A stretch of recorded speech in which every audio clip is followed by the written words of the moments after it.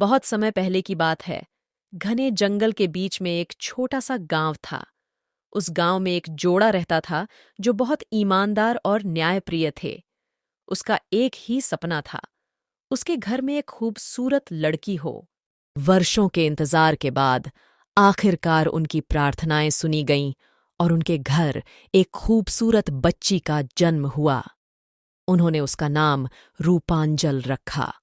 रूपांजल की माँ के पास एक सुंदर बगीचा था, जहां विभिन्न प्रकार के फूल और सब्जियां उगाई जाती थीं। उस बगीचे के पीछे एक बड़ी दीवार थी, जिसके पार एक चुड़ैल रहती थी। एक दिन रूपांजल की माँ जादूगर के बगीचे से हरी सब्जियां लेने गई, तो मायावी उस पर क्रोधित हो गई। उन्होंने कहा, तुम्हारा यह दुस्साहस, अब तुम्हें अपनी गलती का परिणाम भुगतना पड़ेगा।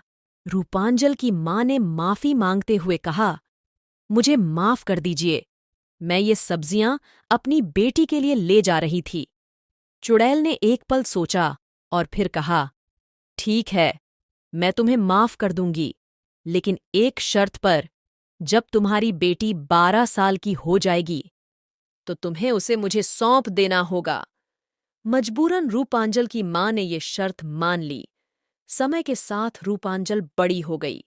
जब वह 12 वर्ष का था, तो डायन आई और उसे अपने साथ ले गई। उसने रूपंजला को बिना सीढ़ियों वाले एक ऊंचे टॉवर में बंद कर दिया। वहां केवल एक ही खिड़की थी। रूपांजल के बाल बहुत लंबे और खूबसूरत थे। हर दिन जब चुड़ैल को टावर पर आना होता था, तो वह खिड़की के नीचे खड़ी हो जाती थी और कहती थी, रूपंजल, रूपांजल, अपने बाल गिरा दो। रूपंजला अपने बाल खोल देती थी और चुड़ैल उन पर सवार हो जाती थी। एक दिन उस जंगल में एक राजकुमार शिकार खेलने आया। उसने एक सुंदर गीत सुना और उस ध्वनि की ओर बढ़ गया। वहां पहुंचने पर उसने देखा कि एक खूबसूरत लड़की खिड़की से बाहर देख रही है। उसने छिपकर जादुई लड़की को ऊपर चढ़ते देखा। अगले दिन जब चुड़ैल चली गई, तो राजकुमार ने वही वाक्य कहा, रूपंजला, रूपांजला, अपने बाल खोलो। रूपांजला को लगा कि चुड़ैल आई है और उसने उसके बाल खोल दिए हैं। राजकुमार ऊपर चढ़ा और दोनों मिले। वे जल्द ही अच्छे दोस्त बन गए। कुछ देर बाद राजकुमार ने रूपंजला से कहा, मैं तुम्हें इस मीनार से बाहर निकालना चाहता हूं। रूपांजल ने खुशी से हां कह दिया। उसने एक योजना बनाई।